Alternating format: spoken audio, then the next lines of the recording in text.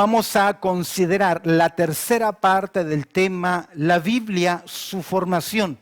¿Cómo nos llegó a nosotros la palabra de Dios? El apóstol Pablo le escribe a Timoteo esta preciosa declaración que es base fundamental de la creencia del pueblo del Señor. No puede haber pueblo de Dios si no cree en esta declaración. Toda la Escritura es, ¿qué dice? Inspirada por Dios. ¿Crees que la Biblia tiene poder? ¿Tiene poder? ¿Crees que la Biblia puede cambiar la vida de las personas? D.L. Moody, el gran predicador, él decía lo siguiente: el pecado te separa de la Biblia o la Biblia te separa del pecado. Ahora, ¿cuándo es así? Cuando tomamos este libro y lo miramos, lo leemos como palabra de Dios y no solamente como un libro judeo cristiano, porque déjame decirte, en el mundo hay mucha gente que conoce la Biblia, pero su vida no ha cambiado. Yo me acuerdo que cuando me convertí a Cristo, me hablaron del tapa-tapa. Y yo preguntaba, ¿quién era el tapa-tapa? Era un hombre medio sano, medio ebrio, o como se dice en mi país, medio borracho, que conocía la Biblia de tapa a tapa. No se congregaba, no iba a una iglesia, pero era un hombre que conocía la palabra de Dios. Y es posible que el pueblo cristiano se acostumbre a conocer la palabra, pero no a vivir la palabra como palabra de Dios. Yo creo que la palabra de Dios cambia la vida. ¿Sabes por qué? Porque la Biblia no es el libro, no es un libro que un hombre hubiese querido escribir si quisiese, o que podría escribir si pudiese. Porque la Biblia tiene el sello que viene ¿de dónde?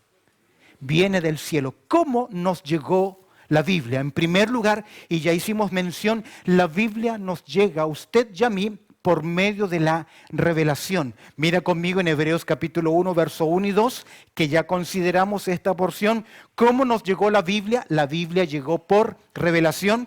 El escritor a los Hebreos dice lo siguiente, en la carta a los Hebreos, dice, Dios habiendo ¿qué? ¿Qué dice? Hablado muchas veces y de muchas maneras en otro tiempo a los padres por los profetas. Dios decidió comunicarse. Dios, si bien es cierto, es espíritu, es invisible y que tu mente y mi mente limitada y pecaminosa no pueden comprender a Dios. Dios decidió hacer algo, se acercó al hombre. Dios vino al hombre. Te digo que este escritor a los Hebreos que nos dice que Dios vino al hombre, y a eso se le llama la revelación de Dios. Definimos revelación la semana pasada de la siguiente forma. La revelación es el acto de Dios, ¿de qué? Por el cual da a conocer a sus criaturas, los hombres, su persona, sus planes, sin la cual jamás el hombre podría ¿qué? Conocer, ni menos aún comprender a Dios. Es el acto de Dios. Ahora, si usted considera que la Biblia es la palabra de Dios, ¿la conoce? ¿La lee? Hoy vivimos tiempos donde hay abundancia de Biblia. Por lo menos en su teléfono usted debe tener en la aplicación por lo menos 12 tipos de Biblias en inglés y español, sin contar los otros lenguajes. Hay cantidad, pero hoy más que nunca el pueblo no lee la palabra de Dios. Si es revelación de Dios, y ese es el acto de Dios, la Biblia nos llega en primer lugar por revelación. Pero ¿cómo se plasma en un libro? ¿Cómo se llama este libro? La Biblia. ¿Qué significa Biblia? Libro pequeño, pero que hoy nosotros conocemos como la Biblia, el gran manual de Dios. Y para que esa revelación llegara a nosotros, el segundo paso, ¿cuál es? De la revelación vino ahora la inspiración. La Biblia nos llega en segundo lugar por inspiración. Dios en su infinita sabiduría y a través de la obra del Espíritu Santo guió, escúcheme bien, a 40 hombres, más o menos 40 hombres, quienes bajo la dirección del Espíritu Santo escribieron lo que ellos recibieron por revelación. Y cuando ellos fueron guiados, la Biblia no fue dictada. Si la Biblia fuese dictada, los 66 libros tendrían el mismo formato, el mismo estilo literario. Pero tú vas a ver a los Salmos, que es poesía. Vas a ver el libro de Lamentaciones, que es poesía con dolor. Vas a ver el Cantar de los Cantares, que es poesía con amor.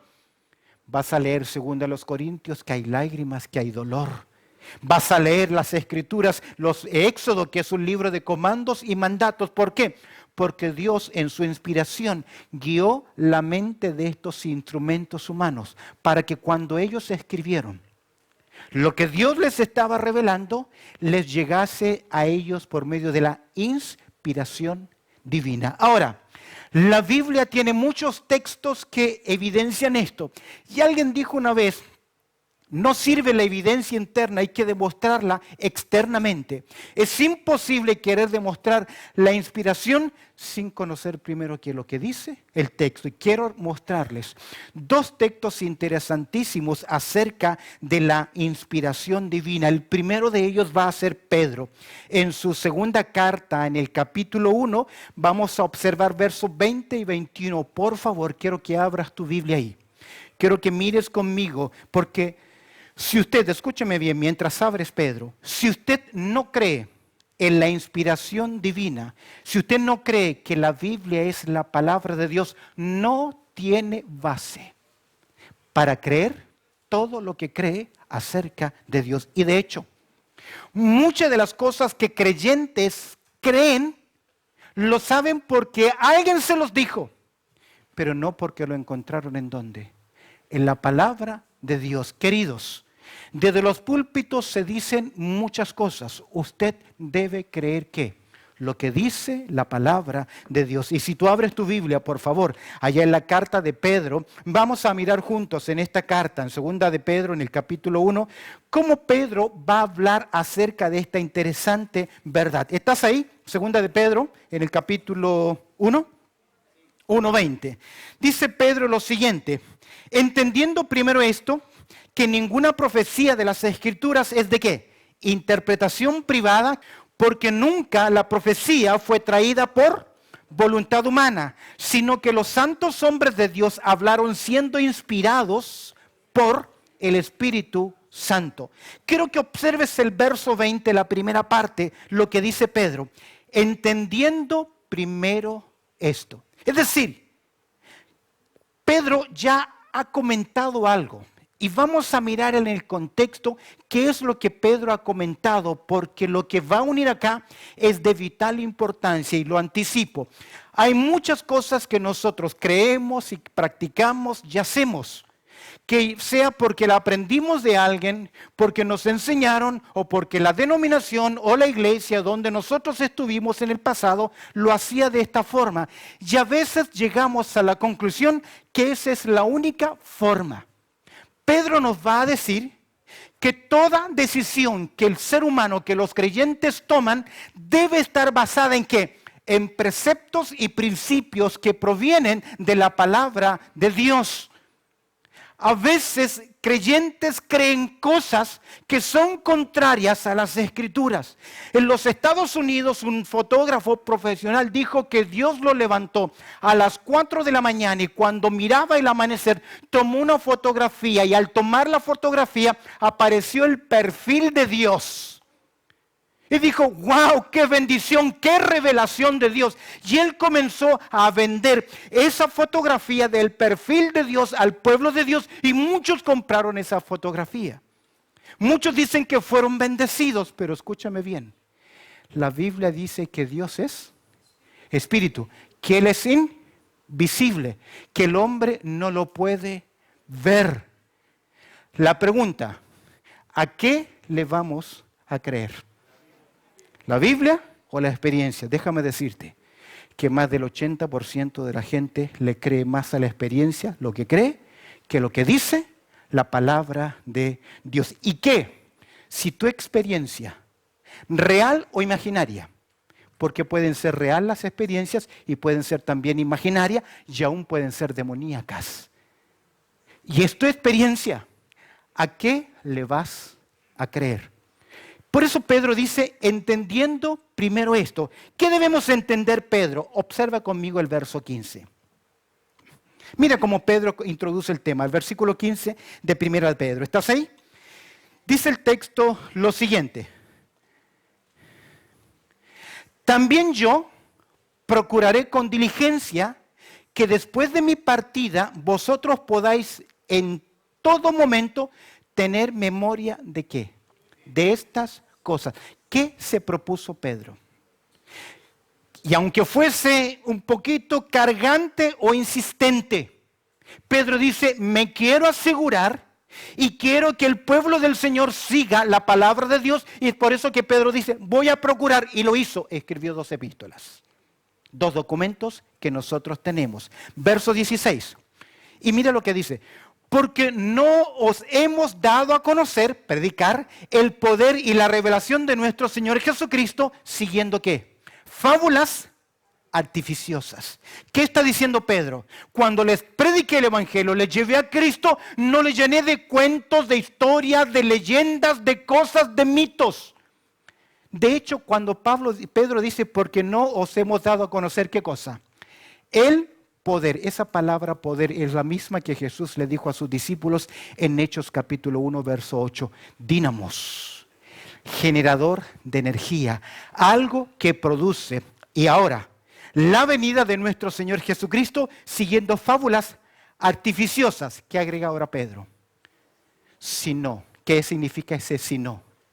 Por el contrario, como habiendo visto con nuestros propios ojos, ¿qué cosa? Su majestad. ¿Qué está diciendo Pedro? Yo vi a Jesús.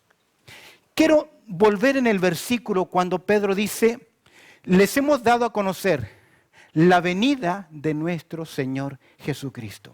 La venida. Su manifestación, su parousia, dice el texto. Hoy existe tanta polémica con respecto a la segunda venida de nuestro Señor Jesucristo. A pesar de que hay 3 posturas clásicas. Hay tanta confusión que aún los predicadores se discuten cuándo va a venir el Señor, en qué momento va a venir el Señor y que las señales de que el Señor viene. Yo creo que el Señor viene. ¿Amén? ¿Lo cree usted? Pero en vez de discutir tanto, ¿cuándo, cómo y dónde de su segunda venida? ¿No crees que el mensaje debe ser, conozcan primero su primera venida?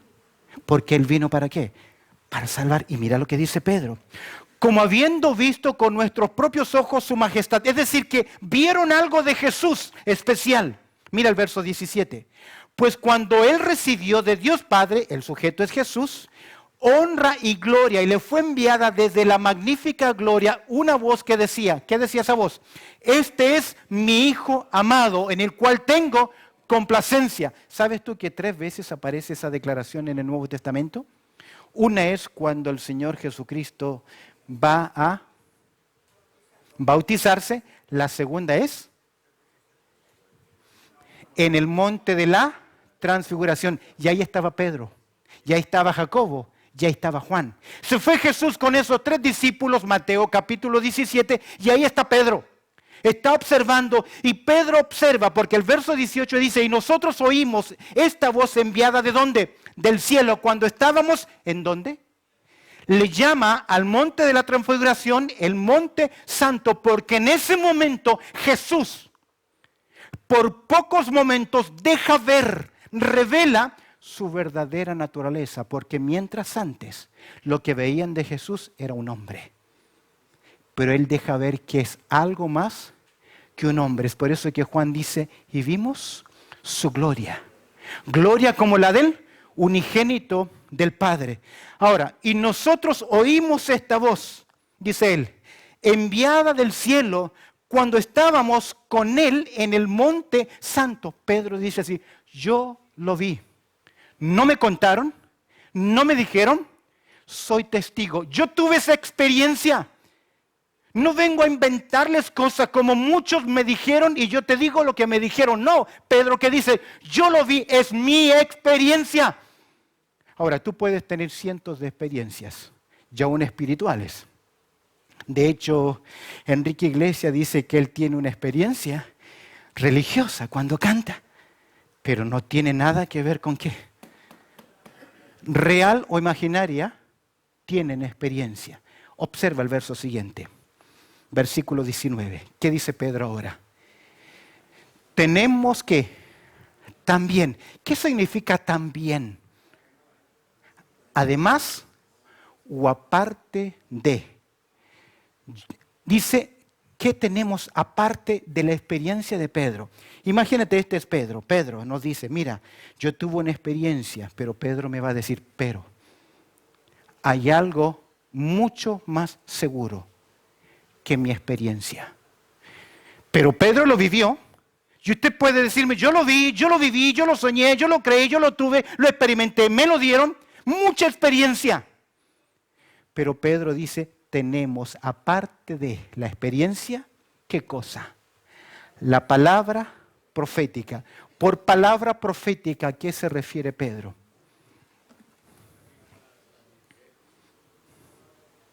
Esto. Y dice que esa palabra profética, ¿qué es? ¿Qué es? No dice que es segura. Más segura. Lo que significa que es más firme, que no va a cambiar. En Francia está una de las bibliotecas más grandes del mundo. Más de 5 kilómetros de información de ciencias. 5 kilómetros de libros de información de ciencia. Y la gran mayoría de esos libros están caducos. Porque se descubrieron que lo que escribieron en el pasado estaba ¿qué? Equivocado. Dígame, ¿qué está caduco de este libro? No hay otro libro que se compare. Es por eso que Pedro dice, si tú, yo, vas a tomar decisiones para tu vida, tienes la palabra profética que más segura. Ahora, a Satanás le encanta que tú sientas para decidir, porque Satanás reina en las emociones. Yo no digo que son malas, en ninguna manera, porque Dios nos creó intelecto, emoción y voluntad. Pero cuando mi emoción me lleva en un camino contrario a las Escrituras y yo sigo por este camino porque me siento bien, algo está mal. Hebreos dice que eres inmaduro, eres carnal, porque no logras discernir entre lo bueno y lo malo. No podemos, dijo el Señor, estar en dos caminos a la vez. Tenemos la palabra profética más segura y ¿qué dice Pedro? A la cual hacéis bien en estar ¿qué? ¿Qué significa atento? Creer, seguir. ¿Sabes por qué? Porque el cielo y la tierra se pueden mover, pero la palabra de Dios permanece ¿qué? Para siempre. Es por eso que la Biblia dice que los que hacen la voluntad de Dios que permanecen para siempre, porque la palabra de Dios no ha cambiado. Ahora, la revelación es progresiva. Y mira lo que agrega Pedro. Qué importante que es. Como una antorcha que alumbra el lugar oscuro hasta que el día aclarezca y el lucero de la mañana salga en vuestros corazones. ¿Sabe qué está diciendo Pedro?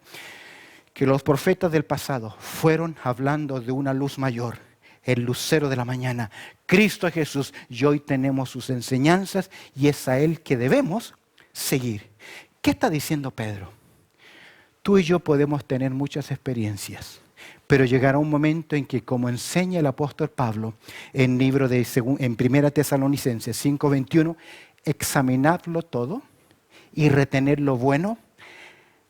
La forma, el filtro, el sedazo, el instrumento de la evaluación de las cosas debe ser ¿qué cosa? La palabra de Dios y no otra cosa. Es por eso que Pedro dice, si vamos a tomar una decisión, ¿cuánto de nuestros valores, escúcheme bien, de nuestros principios son realmente bíblicos? Tus prácticas, mis prácticas. ¿Cuántas realmente son de la palabra de Dios? ¿O son fruto de mis emociones o de mi carne? Vamos al verso 20, volvamos al verso 20 en nuestro texto clave. ¿Qué dice Pedro entonces? Entendiendo, ¿qué dice él? Primero esto, ¿qué debemos entender? Que ninguna profecía de las Escrituras, nada de lo que se escribió en el Antiguo Testamento, es de ¿qué? Interpretación privada. Dos cositas digo acá. Aquí Pedro me enseña que la Biblia debe ser interpretada, pero no debe ser interpretada aisladamente.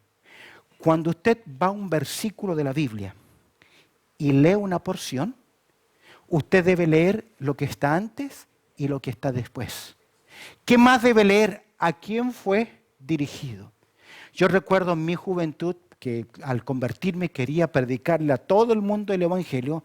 En Rancagua, en un sector de mi país, al sur de Santiago, le predico a un muchacho que lo encontré en la calle y le digo, oye, debes conocer a Cristo. Y él me dijo, sí, yo creo en Cristo. Y luego me citó 1 Corintios capítulo 15, que dice que los que creen en Cristo son los más dignos de con misericordia. ¿Qué significa con misericordia? Me preguntó él. Palabra que no dominaba bien en aquel tiempo, pero hoy sí entiendo bien. Digno de lástima. ¿Usted cree en Cristo? No los escuché. ¿Cree en Cristo? ¿Es digno de con misericordia? ¿De lástima? Pero la Biblia lo dice. La Biblia lo dice en Corintios. Pero, el contexto dice, si Cristo no hubiese resucitado, sí seríamos dignos de ¿qué? De con misericordia. ¿Qué es la clave? Yo debo analizar qué cosa. ¿Sabía usted que la Biblia dice que Dios no existe? ¿Sabe usted eso? Que la Biblia dice Dios no existe. ¿Ah? ¿Sí o no? Pero ¿qué dice la Biblia? Dice el necio en su corazón, no hay Dios. Pero si yo tomo esa frase y me olvido del contexto, puedo formar una creencia. ¿Qué dice Pedro acá? Ninguna profecía de las Escrituras es de interpretación privada. ¿Por qué? Verso 21. Porque nunca, ¿qué significa la palabra nunca? Verso 21. ¿Qué significa nunca? Jamás, nunca es nunca. Porque nunca la profecía fue traída por voluntad humana. Es decir, no es que un día Isaías en el Antiguo Testamento, o Jeremías, tomemos Jeremías. Dijo, ok, mirando al cielo dijo, ok, hoy voy a escribir de parte de Dios. Y comenzó a escribir. De hecho, Jeremías luchó con Dios, porque Jeremías no quería oír esas palabras que le venían al profeta. Porque el profeta, ¿qué decía? Vino a mí palabra de Dios.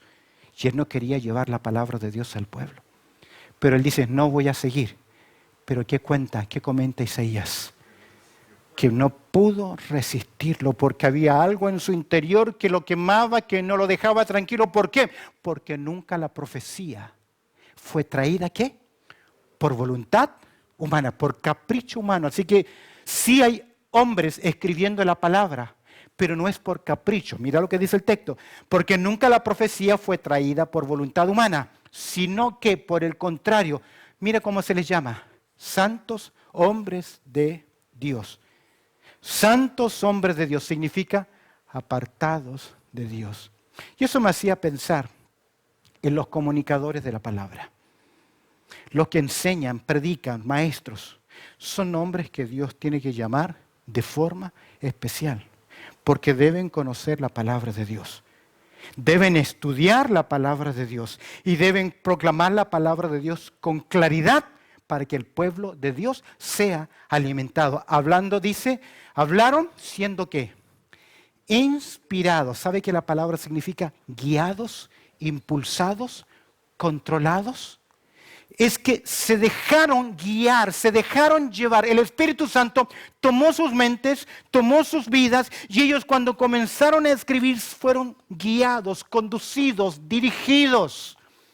De tal forma que ellos escribieron la palabra de Dios, aunque no siempre estos hombres entendieron todo lo que ellos escribieron. ¿Ves qué nos dice segunda de Pedro? Que la palabra de Dios nos llegó por medio de la inspiración.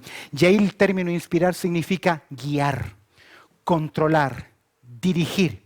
Vamos al segundo texto importante de las Escrituras que nos habla sobre la inspiración de las Escrituras. Vamos al tal conocido y texto base de nuestros temas. Segunda Timoteo en el capítulo 3. Vamos ahí. Segunda Timoteo al capítulo 3, verso 16. Lo conocemos todos juntos. ¿Qué dice ese versículo? Toda la Escritura es inspirada por Dios y útil para enseñar, para redarguir, para corregir, para instruir en justicia. Es interesante que este texto afirma algo muy vital. ¿Cómo comienza el verso 16? Toda. ¿Qué significa todo? Ahora, toda, de principio a fin. ¿De dónde a dónde? De Génesis hasta Apocalipsis. El Antiguo Testamento, desde Génesis hasta Malaquías. Y de Mateo hasta Apocalipsis. Toda escritura. La palabra escritura acá es interesante. Grafé. ¿Te acuerdas que cuando yo era niño y nos enseñaban a escribir, había una clase donde nos enseñaban a escribir? ¿Cómo se llamaba esa clase? Caligrafía. Usted tenía que ir y comprar un libro que parecía un pentagrama con líneas porque desde este punto hasta este punto debía ir ¿qué? Cada letra. Lo que el texto está diciendo que esas sagradas escrituras, sagradas letras, toda la escritura es ¿qué? ¿Sabes qué? Te voy a decir algo. Aunque en castellano, inspirado aparece en segunda de Pedro también, capítulo 2, que lo veíamos, y acá este término inspirado, theopneutos, que utiliza Pablo acá, no aparece en ningún documento griego. Y es la única vez que aparece en todo el Nuevo Testamento. ¿Sabes por qué? Porque Pablo quiere enfatizar tanto que la Escritura proviene de Dios que se inventó una palabra. Se inventó una palabra. De vez en cuando la Real Academia de la Lengua acepta algunos términos. Usted sabe que ese tan divertido personaje hecho por Mario Moreno, Cantinflas, usted sabe que la clave de Cantinflas era decir sin decir y no decir nada. De vez en cuando aparece un hermano Cantinflas también por acá, que habla y no se entiende. Pero se acuñó en la Real Academia el término cantinflear, que no existía. Pablo inventa una palabra para decirnos que cuando el hombre de Dios, que fue controlado, que fue guiado en la selección de las palabras, cuando él escribió, cuando él terminó, por ejemplo, Jeremías terminó, Isaías terminó ese libro, Dios hizo algo. Sopló. Porque ese término inspirar significa exhalada, soplada de parte de Dios. En Pedro significa conducida, guiada. Pero para Pablo significa que fue ¿qué? Soplada. Ahora, no es la única vez que Dios sopla. La primera vez lo encontramos en Génesis capítulo 2, verso 7. Que Dios tomó al hombre de la tierra, lo formó, hizo su cuerpo, su anatomía, pero no estaba vivo. ¿Y qué hizo Dios? Sopló sobre él. Y cuando Dios sopló sobre Adán, ¿qué ocurrió? ¿Qué ocurrió? El profeta Jeremías tiene una visión. ¿Cuánto es? 27, 26, 27. El valle de los huesos secos. Y Dios le dice a su profeta, diles que descienda sobre ellos el Espíritu Santo. Y cuando el Espíritu de Dios sopló sobre ese valle, los huesos comenzaron a unirse. Se formó cartílago y luego se formó masa muscular y luego cobraron vida.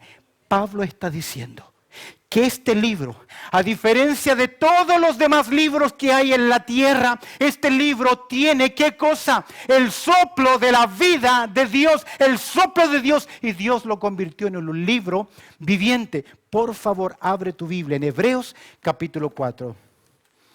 Hebreos en el capítulo 4. Porque ahí tenemos un versículo fantástico que nos declara que este libro tiene, como ningún otro libro, tiene vida. Mira conmigo en Hebreos, por favor, el capítulo 4.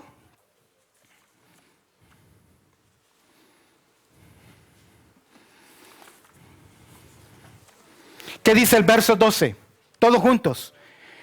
Porque la palabra de Dios, ¿qué es? Es viva y eficaz, más cortante que toda espada de dos filos, y penetra hasta partir el alma y el espíritu, las coyunturas y los tuétanos, y discierne los pensamientos y las intenciones del corazón.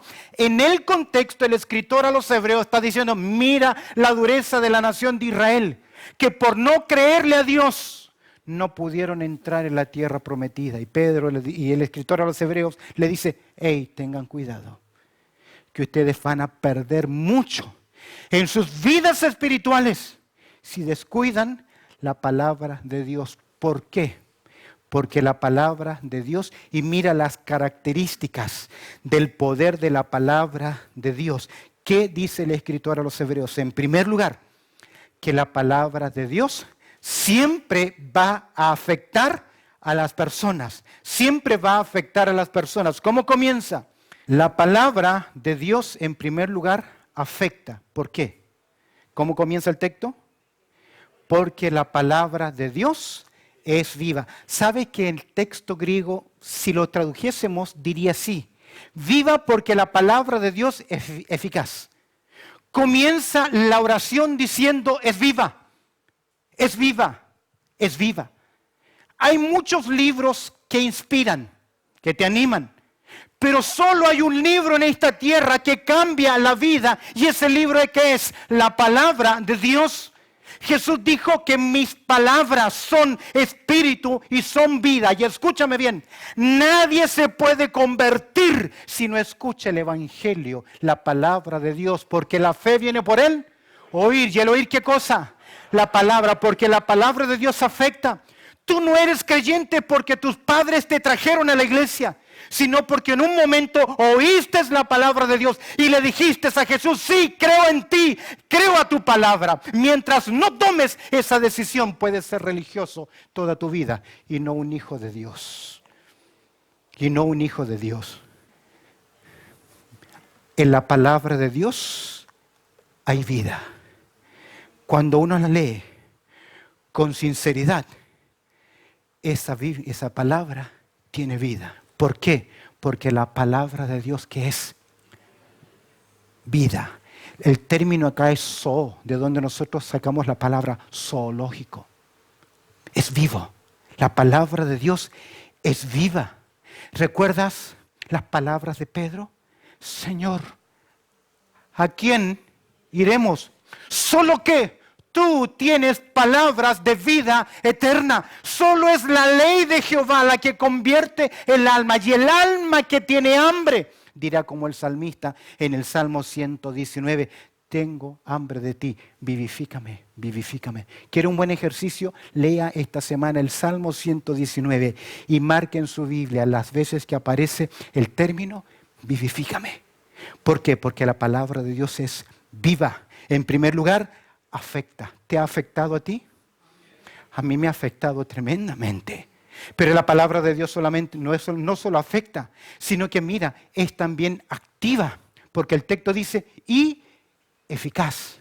¿Qué significa que es eficaz? El término eficaz significa que tiene energía, que tiene el poder, que es eficiente. Dios lo dijo por labios del profeta Isaías 55:11, no volverá a mí, dice Dios, la palabra vacía siempre hará su trabajo. ¿Por qué? Porque la palabra de Dios es activa, efectiva, produce el cambio. Cuando el hombre no cree, produce juicio. ¿Sabes que uno de los libros que van a ser abiertos en el gran trono blanco Es este libro del testimonio de Dios, porque dice que los libros fueron abiertos, porque este libro te condena. Pero cuando tú lo crees, este libro también, ¿qué? Te salva, porque te muestra a Cristo, porque es efectiva. ¿Y sabes qué? No simplemente es efectiva, no simplemente es activa. Yo diría que este libro amputa. Verso 12 dice, y más cortante que toda espada de dos filos. Lo que el escritor a los hebreos está diciendo, no hay nada más efectivo en aquel tiempo para cortar como la cuchilla que usaba el soldado romano. El soldado romano usaba dos armas. Una era la espada larga y la otra era una espada corta de doble filo, que era la que utilizaba para meter entre medio de las armaduras o de los cascos de protección para herir el corazón. Sería, por así decir, el bisturí de hoy. Ahora, usted podría imaginar, oh, la palabra de Dios corta, qué sangre, tanta sangre de los soldados derramada por los cortes. No, cuando un cirujano hace una operación y nos hace un corte, ¿ese corte es para herirnos? Produce un daño porque nos corta, pero ese corte es medido, es eficaz, y eso es lo que dice, más cortante que toda espada de dos filos. ¿Por qué? Porque la palabra de Dios, mira, en tercer lugar, cómo alcanza, penetra hasta partir el alma y el espíritu. Ese corte, al que no cree, lo hiere. Pero al que cree, lo hiere y lo cura. Porque llega al lugar que las palabras humanas no pueden llegar. De vez en cuando yo tengo que pedir perdón por lo que dije. De lo que le agregué a lo que dice la palabra de Dios. Pero ningún predicador debe andar pidiendo perdón por lo que dice la palabra de Dios. ¿Le guste a quién? Le guste. ¿Se moleste quien se moleste? ¿Por qué? Porque la palabra es así, llega. Llega a lo más profundo. Mira, y penetra, mire cómo la palabra de Dios alcanza. Y penetra hasta partir, ¿qué cosa? El alma y el espíritu, que no lo podemos, ningún ser humano puede separarlo. Ninguna palabra de un consejero, de un psicólogo, llega a donde llega la palabra de Dios, porque ella llega al momento, al punto donde yo necesito a mi conciencia interna para dañarme y curarme a la vez, para decirme, no está bien lo que estás haciendo.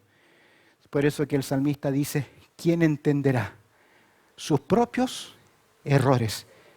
Muéstrame los que me están ocultos. Es por eso que es de gran responsabilidad para quienes enseñamos la palabra de Dios, prepararnos para enseñar qué cosa. La palabra de Dios, sin adorno. ¿Sabes cuándo comienzan a ponerle adornos al mensaje? Cuando ya no se predica el mensaje. Es por eso que se necesita en algunas iglesias humo, show, mucha música, mucho evento, mucha producción. Porque no hay palabra de Dios. Finalmente, la palabra de Dios acentúa. ¿Qué dice el texto? En quinto lugar, y la palabra de Dios acentúa y discierne los pensamientos y las intenciones del corazón. ¿Sabes que la palabra discierne es la palabra críticos? Críticos. De donde nosotros derivamos la palabra ¿qué? Crítica. Dígame, ¿a quién le gusta la crítica? No, solo aquel que tiene un problema de masoquismo emocional le gusta la crítica. Porque no nos gusta que se nos digan las cosas que están mal. Ok, los aceptamos porque tengo un espíritu humilde que quiere aprender. De hecho, yo no sé con lo que usted está luchando. Solo dejo que el Señor ponga en mi corazón los temas y las series. Pero si usted siente eso lo dijo por mí, ¿qué dice la Biblia? Y discierne, mejor dicho, y critica. ¿Qué cosa critica? Los pensamientos y las intenciones del corazón. ¿Usted sabe que somos el resultado de nuestros pensamientos? Que conforme el hombre ¿qué? piensa, actúa. En otras palabras, ¿estás criticando mi conducta? No. ¿Qué es? ¿Qué es? La palabra de Dios, porque es que viva y eficaz. ¿Por qué? Porque es inspirada por Dios. Quiero terminar acá. Yo creo que la palabra de Dios tiene poder. Amén. ¿Lo cree usted? ¿Pero conoce la palabra de Dios? Yo creo en ese poder de la palabra de Dios. La palabra de Dios que hace. Cambia vidas. Amén. Bendito Padre Celestial, te damos gracias, Señor, por tu amor y tu cuidado. Por este lindo tiempo que tú nos permites, Señor, reflexionar en tu palabra. Te agradezco, Señor, por ella. Y te pido, Señor, que tú obres soberanamente para tu gloria. En Cristo Jesús oramos. Amén y amén.